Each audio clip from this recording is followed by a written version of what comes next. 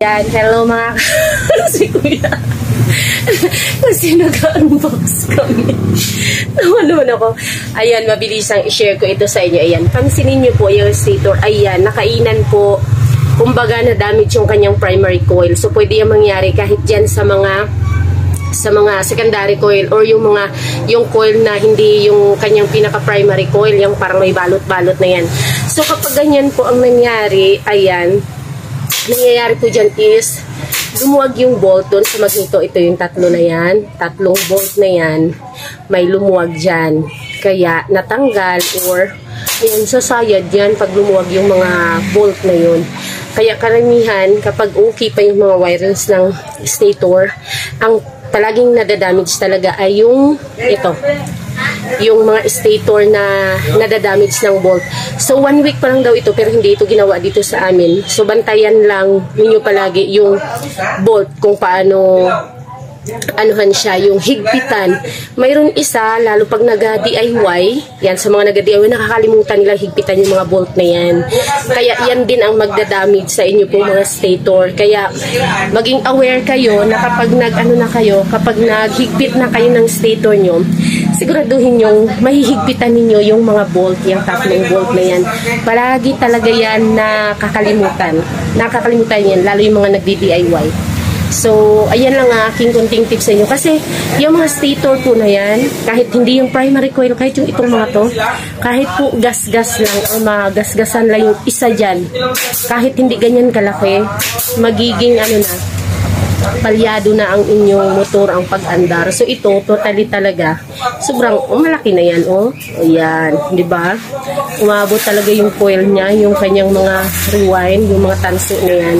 Kaya, hirap na siya, or hindi na siya makakapaandar. Kahit na bago pa yan, kahit na halimbawa, kakakabit mo lang ngayon, binahe mo kinabukasan, or mamaya lang, nakalimutan mo higpitan.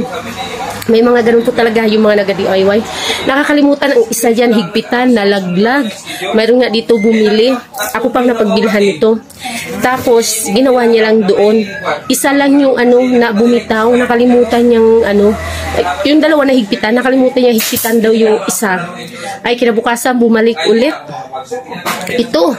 As in, mga damage yung mga coil na yan kasi bumitaw yung bolt. So, ayan, remind ko po sa inyo, medyo medyo may kamahalan pa naman ang stator. Ito ay, ayan, pansin nyo, 2, 4, 6, 8 8 coils, 2, 4, 6, 8 coils siya. Mayroon siyang primary coil ito, primary coil niya.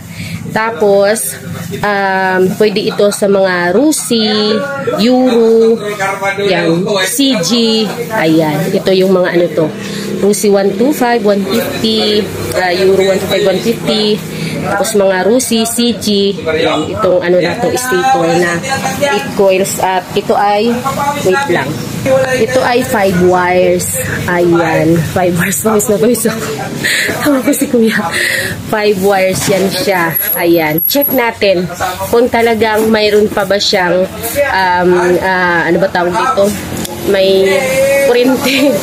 So, ayan, iti-test natin ngayon using our multimeter. Saan na yun? Ayan, yan. Itong stator nga na ito. Kasi nga, ayan, aray, to try. So, nahirapan ako. Ayan, ang ating multi-tester. So, i-check ko. Iti-test ko itong ating, ating primary coil. Ayan. Primary coil. Wala na talaga siya. Wala na.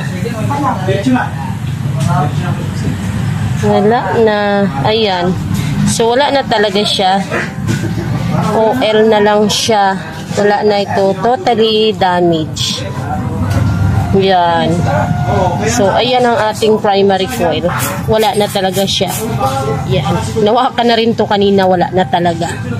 So, ayan, hindi kagaya nitong bago. Bukas tayo ng bago. Ito pang, ayan CG125, CG150, Euro. Ayan, pareho lang yun sila. Rusi. Ayan. Check natin ha, para makita natin. Ito, ayan na. I-check natin itong bago. Ayan, 361. Ayan. So, dapat kasi yung primary na yan is hindi bababa sa 300 para considered as good siya. Tapos, ayan, check natin itong kanyang, ayan, blue-green. Itong kanyang pulsar. Okay. Ayan, 124 ang pulsar niya. Ito yan. So, kahit okay ang pulsar, kung sira na itong coil, kailangan talagang palitan ito. Okay lang kung ito ang masira. Tapos okay itong okay itong stator niya. Okay itong primary coil kung non-battery operated itong mga coil. Kasi pwedeng palitan ang pulsar lang. Pero kapag ito na, di wala nang magagawa kasi assembly yan kasama talaga itong pulsar ng stator. So ayan, dapat ang ating pulsar ay hindi bumaba ng 100 para considered as good working pa siya. So ayan lang ang ating quick vlog about dito sa stator kasi masyadong busy. Paano lang ako panakaw-nakaw ng vlog, sobrang busy. Dalawa lang ang mekaniko kasi absent yung isa. Ayan, naputol tayo kanina, dumami ang mga customer. Kaya, ayan, katagalan po nung medyo malaki-laki na yung anisya. Medyo talagang wala na talaga akong time mag-vlog ng medyo matino at saka yung vlog na sana. Ayan, na yung bang maintain. Dahil minsan po paggabi, pagod na ako.